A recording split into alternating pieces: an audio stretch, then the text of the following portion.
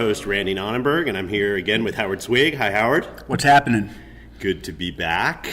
We've had a lot of interesting discussion and a lot of interesting feedback since our last podcast, and some of that comes on the website with comments, some of that comes with your listener emails and texts and all sorts of things. So we're excited to address some of those. Also, big topic today, we want to talk about project cars, Howard. Great. True to form for you and me, Randy, we showed up here about 5 minutes ago and said, what should we talk about? Projects seems like that'd be interesting, and so that's what we're going to do. Yeah, absolutely. We're in the BaT office here, surrounded by a couple of beached cars, a couple of running cars. Project cars have always been near and dear to my heart, and I know yours, Howard. We have a couple different approaches of those. Sometimes we're sending them out to get worked on. Sometimes we're turning wrenches ourselves. But it's one of those things which overlaps with our own passion and a lot of our audience's passion, but also the types of stuff you see on the site and how you list them and what a successful project car listing looks like from both a buyer and a seller perspective, and how we've kind of tried to refine that. So we're excited to talk about that and a few other topics here today. But first off, before we get into the project car discussion, definitely want to follow up. Some of the stuff you and I have been saying, Howard, has been resonating with some folks. They've been coming after us with their responses. We talked about seasonality last week, and we got a couple folks that are again in the deep snow saying, hey, I can't do a driving video if I'm in the deep snow. That's why I don't want to sell in the winter. And I went back at them saying, drive it in the snow and then do a underbody video showing how you clean the snow and salt off. And that would maybe be even better than a sunny video. I don't know. What do you think, Howard? I think we should direct some of those guys and gals to the St. Moritz ice racing YouTube video, if there's snow and ice on the ground, you can still produce something that's pretty cool. Yeah. But we'll understand if that's not for everyone. Yeah, absolutely. I would love to see that personally. Somebody go do some donuts in the snow and come back, and then put the car on a lift and be like, here's what happens, and here's how I keep it tidy. But we're Californians in the sunshine. It's 75 degrees today, and we are optimists, so we may be a little warped in that. But it's great to hear the feedback. I love the banter on that one. The other interesting banter was we talked about SCCA race pickup trucks, and I was just alerted that there's somebody that has a Nissan race truck that reached out and said, hey, I'm trying to unload this thing. So who knows? We may see that on BaT, or we may see that come through the BaT office. It's really fun to start up these topics and then have them trigger community discussion, which is something that is fun to watch. So and participate in. So cool, project cars. Let's dive in. Howard, I'd love to maybe point out a couple of interesting ones on the site, and also talk about what is a good way to list one. Where do you want to start? I would love to. Just to close the loop on the last topic from last week's episode. In the comments section, we got someone's antenna up with regard to Alliance Racing and Parker Johnstone, and one community member commented that he restored an ex-Parker Johnstone IMSA Acura Look challenge car. I don't even know what that is, but anyways, someone managed to find an even more obscure series and has hands-on experience with a car from that, so that was cool. But projects. I mean, personally, I'm always super impressed by the level of detail that some sellers go into with their BaT project listings, right? Like everyone's favorite is the insano layout, all the parts out, on a rug or your garage floor, and painstakingly catalog every single thing you have.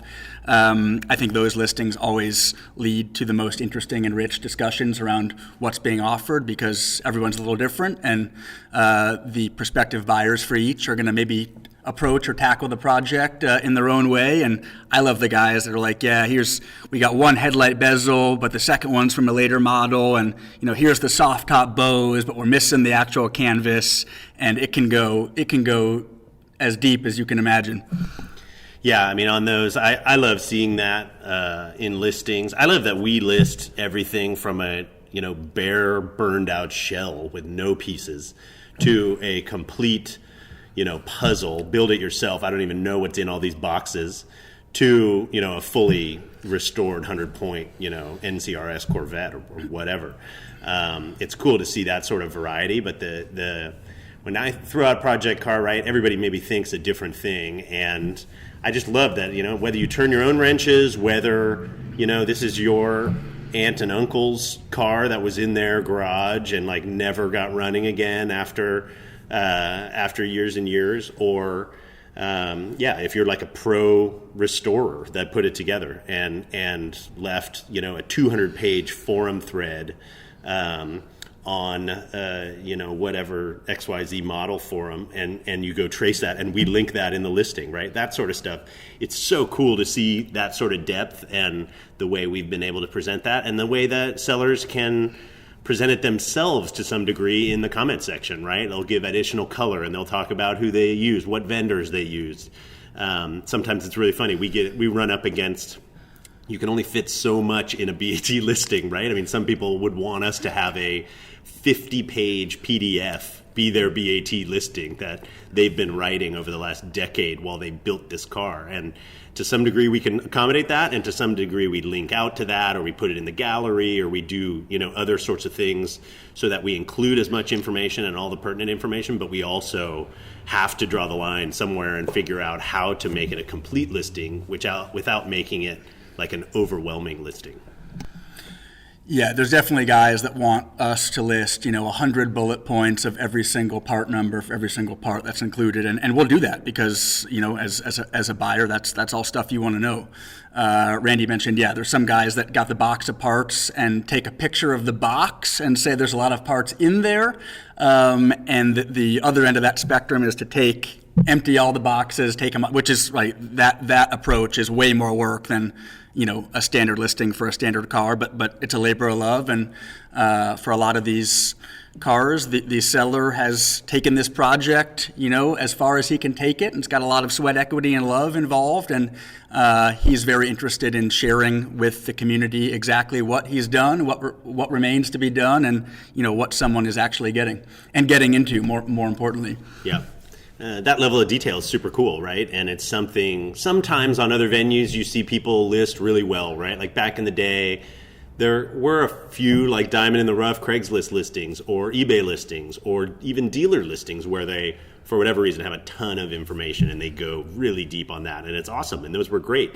Those are certainly the exception, right? You often would get a project car and, like you say, a couple pictures of the boxes of kind of broken or worn out parts that came with it, and then like a 2-line description that said, "It's all here," right? And you're just kind of like, I don't know, that may be debatable. So it's really fun. Some of the thinking about some of the listings and projects that jump out and that we remember.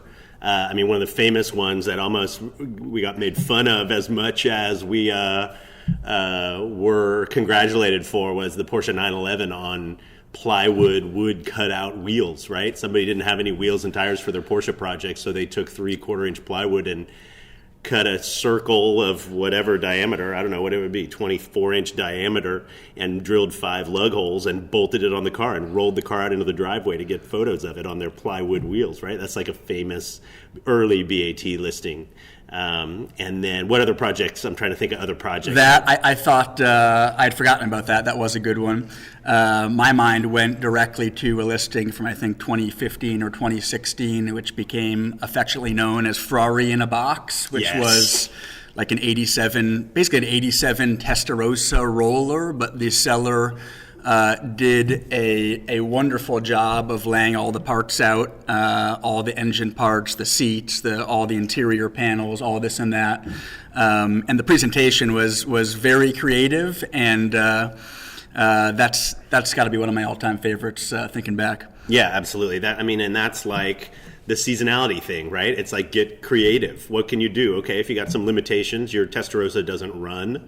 Okay, let's maybe list it in this crazy way. And that thing, I think, was in running for listing of the year that year. That thing, obviously it got many hundred comments and everybody goes bananas for it just because it's so different, right? And it gets picked up by other venues, right? All these other websites tend to pick up our stuff when it's kind of out there, right? It's not just another, sunshine listing. It like has some sort of angle and difference, and there's something I've never seen before. So I think project cars can really do that based on how you're going to present it. And not everybody is a photographic ace, right? You're not like working at a museum and pulling all these parts out, of some cardboard box and making them look like they're artifacts or anything like that. But just, I think there was a 240Z race car is one that jumps to mind with me. It was sold like right in their driveway. I believe that was Mike Joy, my boy Mike Joy, voice of the Daytona 500. Was that Mike Joy's car? Oh, that makes me even more happy. He showed up at our BAT alumni gathering and was all over the BAT 240Z. He is a cool dude. He was there with his son, and they were both digging the triple Webers on the Z.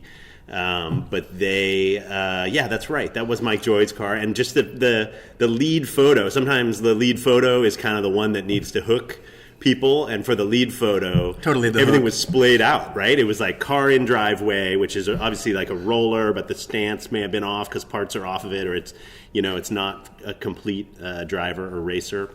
And then there were parts like neatly laid around, and they weren't all cleaned up and restored, and I don't even know if they were valuable, right? But they were, it showed sort of care from the seller, that they cared enough to not just snap the grainy garage photo. They like rolled this thing out and laid out, I forget what it was, whether it was wheels or cylinder head or, spare set of seats or, race parts or whatever was going on around it on the driveway. And it catches your eye. You're like, wow, look at this. Because I think a lot of people are mindful of, A, what it takes to do that, but B, you're going to get one of these cars in project form. It's going to be cheaper than the finished one. It's going to be maybe sort of an opportunity.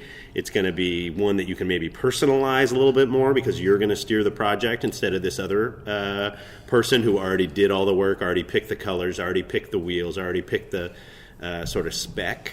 And I think that's why project cars are appealing to folks. And I think it's when you see them sort of splayed out and given care. Oftentimes the other thing, maybe non-car people think it, or maybe even car people think about it that way, is if it's an unfinished project, it must be like, there must be a reason, right? It must be neglected, or it must have been not worth finishing, or, you hear some of this sort of stuff out and about, or even in the comments. And at the end of the day, it's being moved on via BAT to a new person that maybe has the wherewithal to finish it or use all the pieces. And I think that sort of opportunity to do that is really cool.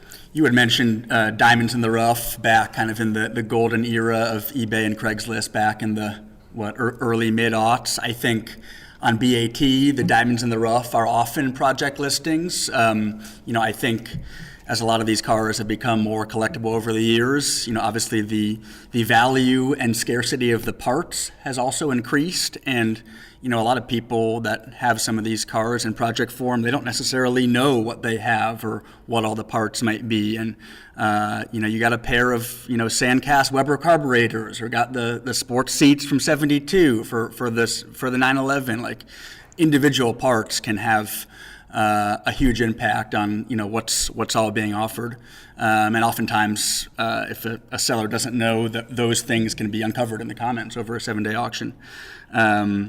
I'm always interested in who the bidders for these project listings are. Like for me personally, I'm kind of what you'd call a candy ass. I can't fix anything. I'm the guy that pays full retail for a mechanic to do everything, whereas Randy is the opposite. He actually has ability to fix stuff and restore cars, and so if him and I looked at the same listing, I'd probably look at it and say, wow, that looks like a huge money pit, and he'd say, wow, this is 2 awesome winters in my garage with my dad wrenching. So and multiply that by hundreds of thousands of people on BAT who are all looking at it a little differently.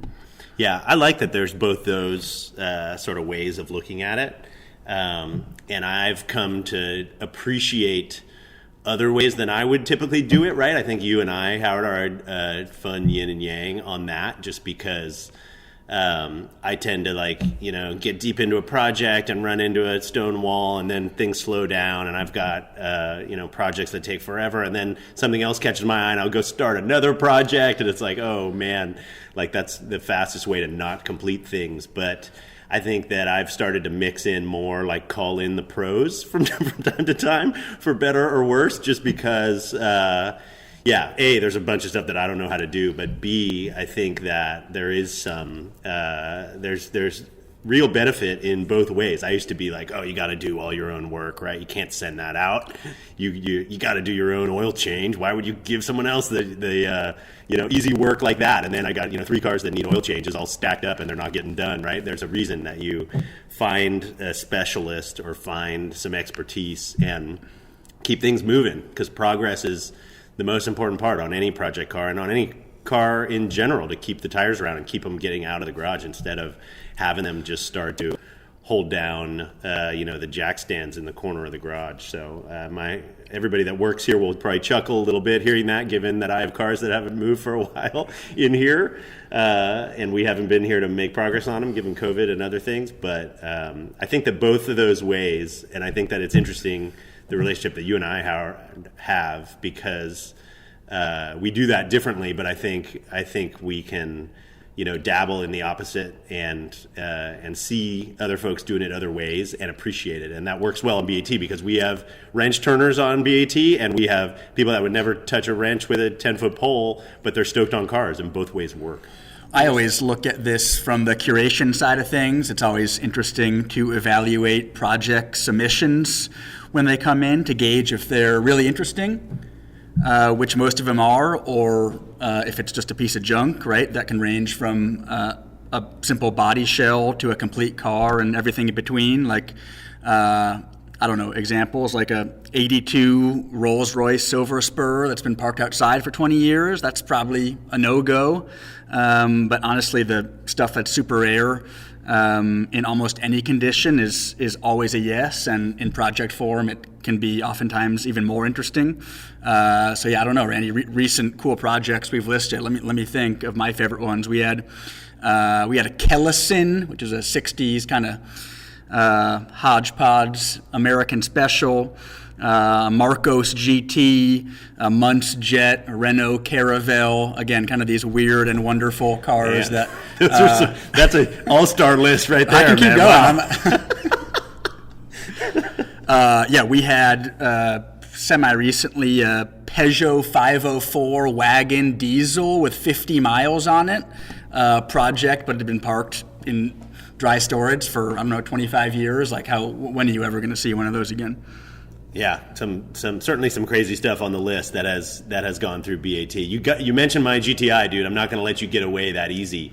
You mentioned it, but you also mentioned chasing down parts and sort of exotic type parts, like Porsche sports seats, things that are worth as much as this GTI, just those parts. But this one, something that I've found that has been interesting, I haven't done a project car that's an 80s or a 90s car, right? You and I were talking just today about, people on events and at Cars and Coffee and stuff, the cars are very new, right? There's so many new cars and so much interest on BAT in 90s cars, 2000s cars. So I'm doing some work on this GTI, so I'll admit it. It's on jack stands. It's behind me. It has no wheels on it. And cleaning it up, looking at the underbody, looking at all the little trim items, plastic stuff, got the wheels refinished, getting the bumpers sorted out. And you actually can't get parts for a car that's this new, and that's a super interesting component of maybe where project cars are headed and the types of project cars we get. Old restoration type vehicles, oftentimes you can get a ton of parts. You can get reproduction parts, but I'm trying to, get hardware to mount the bumpers on this car, and I'm trying to get, freshen a few things up on a 1991 Volkswagen product, and you can't get any of the pieces. They have none of them. The dealer looks at you like you're crazy when you walk in with a 91 model vehicle and give them the full 17-digit VIN, and they tell you that car was not sold or something. They have no idea. And then you go looking for parts suppliers. Maybe there's one in the UK that has like a couple bags of parts on the shelf. But it's actually really challenging. It's easier to refresh and dial in a 75 Land Cruiser FJ40 than it is a 1991 Volkswagen GTI. And maybe that's why I still think to this day, we haven't been able to list very many good 90s era VWs, just because if you find them, they have to have all the pieces and they have to be totally turnkey and ready to go. Because if you have to restore one, I think you're totally hosed. I think there's no way you're going to get all the pieces that you need to be able to do it. So it's sort of an interesting dynamic for newer project cars. I know you and I like and have gone through many cars, 50s, 60s, up in the 70s, and now we have a fair share of the newer cars, right? Your 80s 911 SC that's over here, that sort of stuff. Some makes have a lot of availability, but man, this Volkswagen, I'm banging my head against the wall just because it's so challenging to get the right components for it. That's interesting. So, like, what are you looking for? Like striker plates and bracket hardware? What's your eBay watch list Dude, up to these days? The eBay watch list is deep, as you know, and a lot of that is I'm buying VW parts boxes out of Greece. Right? I mean, you're ready to pay $40 in shipping for a $2 part. That's what it is. It's what it is. These different little components to mount the fog lights and stuff. I mean, it's terrible, and it's not even in Germany. It's like you got to go to some who knows where enthusiast via some secondhand market. So anyway, it's been eye opening, and I love this model. Right, 91, 92. 16 valve big bumper GTI. It's like one of my favorite cars of all time, and the everybody who ever sees it is like, man, I haven't seen one of those in a long time. And I'm like, yeah, that's because everybody threw them away because you can't work on them. You can't you can't fix so many parts, and a lot of people just have thrown in VR6s and stuff because you can't get the right components. So anyway, yeah, really really different. The eBay watch list is critical. And I wish we could say that on BAT we were selling all the parts A to Z from Mark II GTIs, but we certainly aren't because I can't find them. Yeah, I think part of that, there was some point in time with kind of the crossover era in cars where the approach to repairs went from replace over repair, right?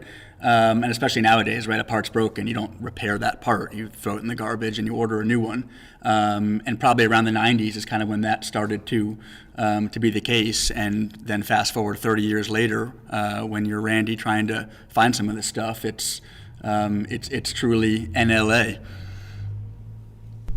Yeah. So we'll see what happens, right? I mean, I'm scrounging and I'm finding stuff, and I love the car enough that I want to hang on to it and get the pieces right and not start putting, I think a lot of more modern cars, you can't find the original bumper covers. Oh, you put like a body kit on it, right? Or you seek out some sort of, those factory Recaros, like all the cables and brackets break. Oh, okay. So you'll put in, aftermarket BMW seats in it or whatever.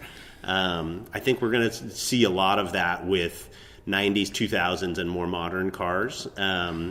And I think that the sort of project car, it makes me think of like what people that are not into older cars at all and are thinking and are project minded, how they're going to, embrace the project car sort of universe. One thing I definitely want to give a shout out to, I think you saw this come across. We recently sold a Ferrari 308 engine. I don't know if you saw that.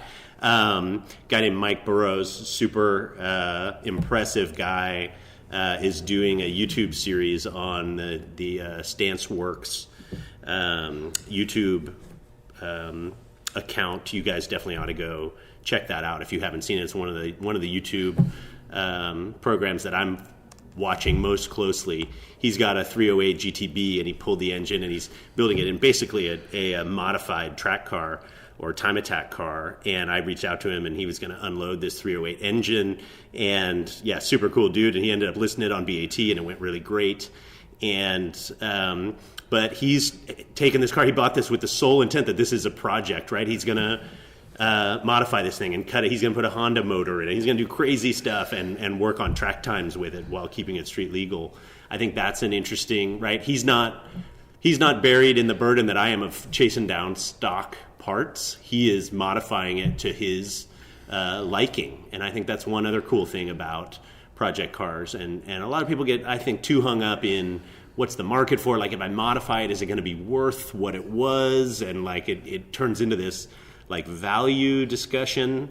But one thing I respect about that dude and a lot of people that are hands-on and are modifying cars is like they have a vision and a purpose, and they're like, I'm going to put these flares on it. I'm going to put these seats in it. I'm going to modify it and make it my own. And that sort of talent and capability and hands-on know-how, I'm always impressed with. And so, like, looking back at the listings we were just talking about, like, who knows what happened to that Mike Joy Z? I don't even know what happened to it. Did somebody get it? Those cars are expensive now. Did somebody get it and restore it to perfect? Or did somebody get it and kind of make it their own and make some mods that are going to upset some people? And that's fine. And now, hopefully, that person's on track, or that person's driving it on rallies or events or dirt roads or who knows where. I've always respected people that kind of have a vision for a car and where they want to take it and then go add miles to it. Yeah, you got to buy what you like, and most guys doing that stuff, I mean, oftentimes the modifications they're making are because they're better. They make the car a better car to drive, maybe more reliable or safer or something that corners better. So, it's a deep underworld of modifications, but for the most part, we don't get too bent out of shape with uber originality and stuff like that. One offshoot of this discussion is the whole parts discussion. Randy and I and the staff here are always talking about, what's the best way to have a parts marketplace. And obviously projects are a huge part of that discussion. It's tough because, for us at BaT, we want to have some level of, richness in each auction listing. So if you're just listing a hardtop for a TR6, that can only be so compelling.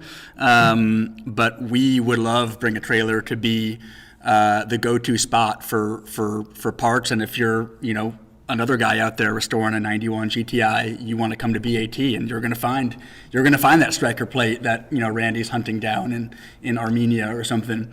We'd love to hear for all of our listeners. What do you think about how should we do parts? What's the best way to approach that? What do you want to see? I mean, we've obviously embraced stuff like wheels and the more kind of obvious stuff that's out there. But from the curation side, we get submissions for all sorts of crazy stuff, and it's mild to wild in terms of how many people. For some of it, I mean, there might be 2 people in the world who care about that part, but that's okay because chances are there may be a scroll in BaT. But some stuff is much more broader market. So we'd love to kind of crack that nut and figure out how to make us a great destination for cool parts. Cool, yeah. I think the parts category on BaT is already awesome, but some of the stuff gets up to be expensive engines and expensive wheel sets and stuff like that. But it's a real double-edged sword. You say TR6 hardtop, I'm going to jump on that, man. I'd love to list a TR6 hardtop, right? I think those are cool. I think you're maybe using that as an example of what wouldn't fly, but what were a project like we get somebody submits a TR6 hardtop that the car was rolled or whatever, just like nightmare scenario. Some things have scrap value and no more, but a good TR6 hardtop, a good TR4 or TR250 Surrey top, right? Flash forward a few years, an S2000 hardtop, cool accessories that are out there, like that sort of stuff, the right steering wheel, upgrade parts. I mean, you are way better versed in JDM and Miata parts, given that you race Miatas and that sort of thing, right? I don't know, some sort of Jackson Racing components or different sorts of stuff from the 2000s or hot rod parts like that, if they're in great condition and can be added in sort of a period way to modify cars. Maybe that sort of stuff is cool. Like I would love. For us to have more and more of that. And we have some interesting listings that are coming up on the parts side and are going to do some fun things about that. But I think we need to, figure out how to provide more services for folks. We definitely get listings submitted and parts listings submitted. And it might work, it might not. I talk about eBay way too much. But, eBay these days, right? I go search Alfa Romeo Giulietta in the parts category, and it seems like, I just get like 28 pages of keychains of just like stuff that it's like, this isn't what I'm after. I'm after somebody selling their extra restoration parts, or their garage full of something, or their trunk full of something, or they got an extra set of tail lights that are in better shape than mine, so I'll buy those and then I'll peddle mine back on eBay, and for the net of $100 I didn't have to go chrome mine, or that sort of elevating of your vehicle based on buying parts and moving parts through, I think is really cool. It's kind of a recycler mentality, which I think is really positive. And it's hard to do that if the parts are like $12, right? It's kind of like you start to get into like, is this worth one switch on the dash from an Alpha? You don't want to see somebody throw that stuff out because they're not making any more of them. But at the same time, it becomes difficult to do it if it's it's a $5 part and it's $40 to ship it, like Howard's talking about. Now, on the subject of parts availability and scarcity over time, it's funny you mentioned Miata, because I do some spec Miata racing here and there. So when you do that sort of stuff, you become very familiar with the cost of particularly exterior panels. And like Miatas, man, like 10 years ago, Miata, hardtop, commodity type thing was $700-800, and now Miata hardtop market for it's like $1,200 to $1,400, right? Front fenders used to be $50 all day long. Now all the guys with the Miatas on cinder blocks in their backyard, front fender for a first gen car is like $150. So when you're wish you'd bought all of those, right? All the hardtops, right? If you had a corner on the Miata hardtop market, you'd have plenty of interest, I think, huh? I mean, come into turn 11, a big group of cars. When that front fender is $50, maybe you're going to go a little deeper. But if it's $200 and maybe you can't find it, so you're not going to make it to the next regional, then maybe you back off a little bit. But totally. And what Randy just said, that gets to the heart of it, right? I said TR6 hardtop, meh, and he was like, "What are you talking about, dude? I'd love to see TR6 hardtop." So that's it right there. Yeah, absolutely. There's definitely people watching BAT and working on those cars, or have those cars, or want upgrade parts, or are in mid restoration on the basket case they bought on BAT or they bought elsewhere that they're going to sell on BAT. Anyway, lots. I mean, parts are a major component of the project car universe, and finding them, and honestly, it kind of steers buying behavior if you think about it, right? Like if that kind of nightmare story I'm telling people about the GTI, right? I mean, maybe if you're gonna buy something and think about it from a project perspective, you look like, is that a vehicle where parts are available? I remember thinking of that. My first cars were some of my first cars were Mustangs when I was in high school, and 65, 66 Mustang is like infinite component and part supply. Whether you can go to the dealer and get some of the parts for it still, and then there's all these catalogs. That was my favorite thing as a kid. It was to flip through like parts catalogs for all these parts, whether I needed them or not. That wouldn't be able to afford, but they were all there, and they were all available. If I needed a corner lamp, or if I needed suspension parts, or if I needed hot rod parts, all that sort of stuff was available. But if I had steered into the depths of the muscle car world and decided I wanted, a Valiant, or even if I wanted like a Falcon, or like something, or we got to talk about your safari car. What was your safari car? What, that 911 thing? No, I'm talking about your muscle car. Orange, blue, white. You raced it on track. Ford product. Oh, yes. How could I forget the Mercury Comet Caliente? The Comet Caliente. Oh, I couldn't come up with that on the tip of my tongue. But yeah, basically a distant cousin of the Falcon, right? And like, if I was a 17-year-old high school kid, and I'm like trying to chase tail light parts for a Comet Caliente, it's like, where do we even start? Good luck, right? Like, go get a parts car, or find some dismantler that has a barn full of the pieces, right? They're not making a lot of repro parts for that car, but I think that like steers a buying decision. Are you going to buy a Comet Caliente, or are you going to buy a 65 Mustang Coupe? And for one, the project experience is kind of a dream, and like, these days you just get online and click and parts you up at your door in 5 days. Or are you going to go like, you got to wait for the next Pomona swap meet and you're out there like digging through garbage cans and flexible flyer wagons full of, fender trim. So anyway, project cars, where they're headed, and even what the current landscape is like for them. It's just fascinating to me thinking about it for 50s cars, for 60s cars, all the way up through, modern fender banging race cars like what you're talking about.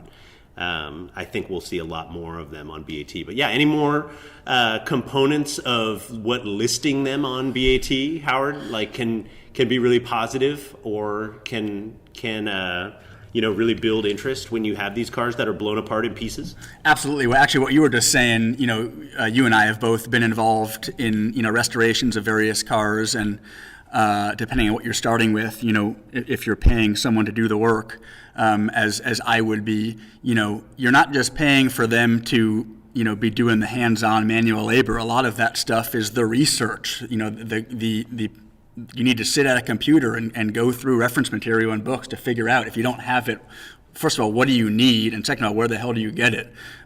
So the research component of a lot of this stuff, I think, doesn't always get the respect it deserves. But what parts listings, how can people do them better? I think another thing that people underestimate is obviously presentation is super important if you're listing any car or truck or motorcycle, but it's just as important for parts. And I like the people who kind of go the value add route. I think I was talking to a guy a few months ago who had, a Jag type steering wheel and seat, and he wanted to list them. And I said, well, this is maybe a little light on content. And he said, that's cool. I'm going to get a shift knob, another seat, and two door panels. And guess what? Now you're listing an interior for a Series 1 E-Tape, right? And you're selling the dream to someone else. So you're adding value for their project, what they need. So I'd encourage people out there, if you have parts you want to sell and maybe it's an incomplete package or whatever it might be, go the extra mile, take the time to maybe add to it and make it a richer, kind of more compelling thing to offer, because that can return in spades, what you'd get out of it and the interest level that you'd get from an audience. Yeah, we see that all the time. It's so cool to see the sort of behind the scenes of what you see and what the team sees in terms of what gets submitted, and that dialogue happens quite a bit behind the scenes, right? It's like, oh, you have this, like, let's talk about it, let's figure out, like, does this make sense to list? Or we'll get people that come to us with questions, right? They're like, hey, I got this, any chance this gets any bids on BAT? Or hey, I'm blowing this thing apart, should I save all this stuff and sell it on BAT with the project, or should I just ditch all this stuff and like we'll sell it as a shell? Original engines that, should they stay with the car indefinitely, even though I'm building a race car? Different sorts of stuff like that. We get a ton of questions behind the scenes, and we love them. Honestly, people are so psyched to hear and to discuss and to want to dialogue with us in terms of what will do well on the site, what will stir the audience, what will create a cool presentation, and I think we'll be seeing a lot more of that. I think the project category is one that's really fun to set an alert on and see what comes across, even if you're not necessarily in the market for something or your garage is already full. I think when it comes to alerts that I want to get in large supply, I think that the project car, it'll be all over the place, right? One day you'll get a race car, next day you'll get a nearly completed but can't has some problems car, and then you'll get a total basket case. Things all over the place. It's actually really entertaining and fun to watch that category, which if you look at it has a bunch of cars at any one time. Yeah, just what I love. People texting me at 9 o'clock on a Friday night saying, hey, Howard, I got this car, I got 3 engines and these bumpers and these seats, and tell me what you think I should do. You love it. That's your favorite Friday night activity, right? Somebody comes after you. Hey, I need a price quote on this pair of sports seats that are, mismatched and ripped. What are they going to do? You're like, well, I don't know. Can I talk to you on Monday? It's pretty funny to do that. I don't know how have talked about parts availability and project cars without talking about, the Integrale and the Renault R5. For whatever reason, I have a desire to have cars that nobody else has, and these are all cars that you do have to ship in parts from overseas. I don't know. The flip side of like some individuality in the car world means difficulties, and so someday I'm going to learn my lesson, and like you, I'm going to buy a 911 SC that is like a normal color and original equipment and really clean, and like you take it to 10 different shops in the area and it'll all be, it'll all go fine, instead of buying a car that you got to drive 300 miles to a mechanic that will touch it, and the parts will take 6 months to get an oil filter. It's just sort of a different way of going about it, but fun talking about this stuff. I think, there's so many aspects to the project car universe. And one thing that just really makes me happy is that they have a home on BAT, right? We welcome them. The more that we can have, the better, of all flavors. And watching how people, treat them, how they're hands-on, how they're still dragging these things out of garages and selling them and presenting them. I think this is an evolving sort of art. I think in the olden days, you'd just try to have a compelling listing in a classified site or something, and then a couple of big auction houses try to like keep the dust on them and that sort of stuff, right? And try to make it sort of a story and a marketing exercise. And I think on BAT, we've really put that power into the hands of the seller themselves, so they can photograph it and they can present it and they can talk about it in the comments. And I think it's super cool that those are the kinds of things we are seeing, and I never want to lose that on BAT, because I think there's a lot of sort of volume sites and just the modern internet car shuffling of vehicles that are just like turnkey, brand new turnkey car, shine it up, armor all on the tires, down the road it goes. And at BAT, we're always going to want the more involved listings, because I think that's the interesting stuff to see come across every day in a good mix with the modern and turnkey cars as well. And then we could maybe for another episode, get into the accessory side of things, right? Like toolkits and luggage and owner's manuals. We list all that stuff, and when you're done building the car, then if you really want to complete it, that's the type of stuff you need. Speaking of crazy submissions that I've seen this week and people keeping parts and future repairs in check, we had a guy submit a Renault R5 Turbo 2 with a Mazda 13B engine swap. Wait. When was this? When was that submitted? This is in process. Wait a second. Like, stuff sneaks in and I don't get to hear about it. But wait, 13B rotary. Correct. In like what transaxle? I don't know if he did transaxle. I don't know if he did the swap or it was a previous owner, but that guy had something. He was onto something, right? If something breaks in the 13B, that's going to be a little easier to fix than hunting down the 1.4 liter turbo, Renault engine parts. Yeah, I mean, it's for sure a step in the right direction, but you may have gone from pain threshold 10 to like pain threshold 7. I don't know if he's truly right. Like the Honda into the Ferrari, it's like, oh, brilliant. Like anybody will work on that anytime for not too much difficulty. But the 13B, I don't know. When was the last 13B produced? Yeah, talk about modifications and people building cars for them. I mean, that's a car that someone built for them and no one else. And, who knows? But I wonder about 13Bs and that sort of stuff. It's really funny. I mean, you were talking about Mazda and Miatas on track and that sort of stuff. One of the predecessors to that, Pro 7 series was when people were running first-gen RX-7s, and it was the same universe. I remember going out with a buddy of mine who was running that, and it's like you'd hoard the fenders and you'd hoard the glass hatches and different sorts of things. They're like, yeah, they don't make any more of these. You just got to keep them if you discover one. But that 13B, and I've been thinking about this with Honda Cosmos lately, just because those are super cool. The first-gen Cosmos that are pretty rare and pretty interesting. It's like, if you get that car, does anybody know like how to tune a rotary in stock form? I mean, I know guys are still doing boosted rotaries and doing probably FDs and the more complex stuff. But I mean, I would hope, and I think in the Bay Area, if any place you can find somebody to work on one, and you could in the Bay Area. But if people in more remote areas or different parts of the country are buying an early RX-7, like you pull into a place with a rotary, like are people just like you're out of your mind, or you think you can get people to work on those? Apex SEAL experts. I mean, there's definitely fewer of them around than there were 20 years ago.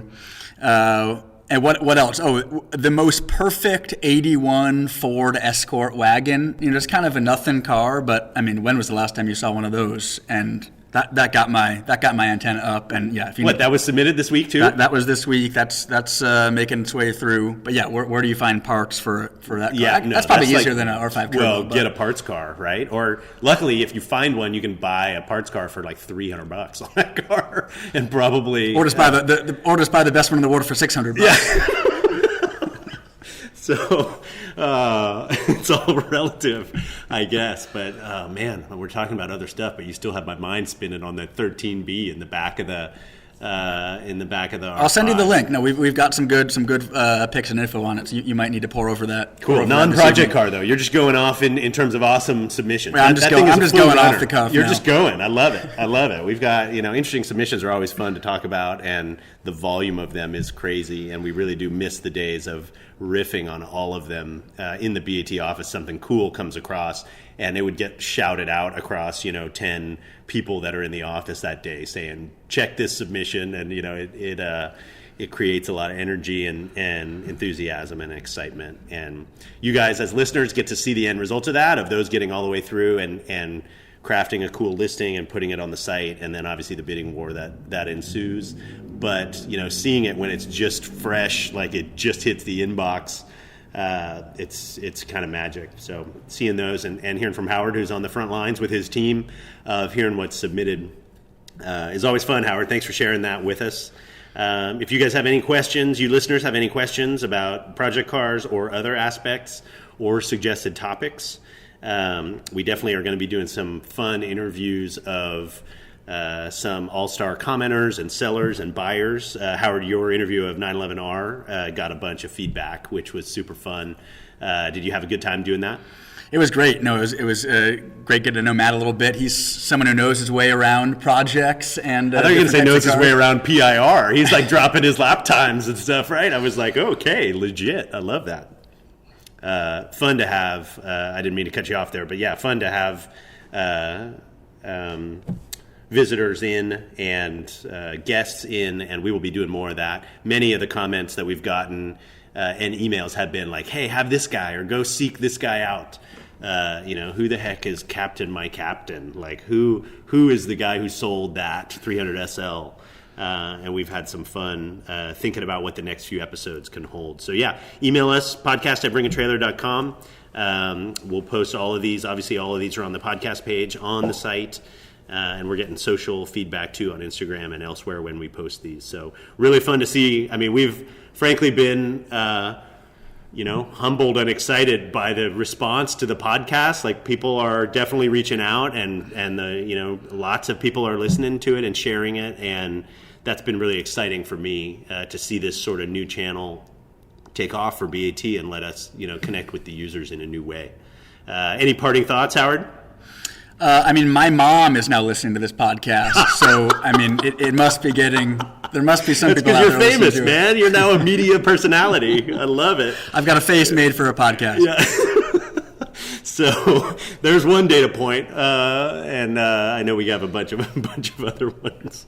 So anyhow, great to be with you as always, Howard, and we'll take some more questions and topics for next week and put them into the hopper and come up with some more stuff to talk about next week. So thanks for joining us. See you next time.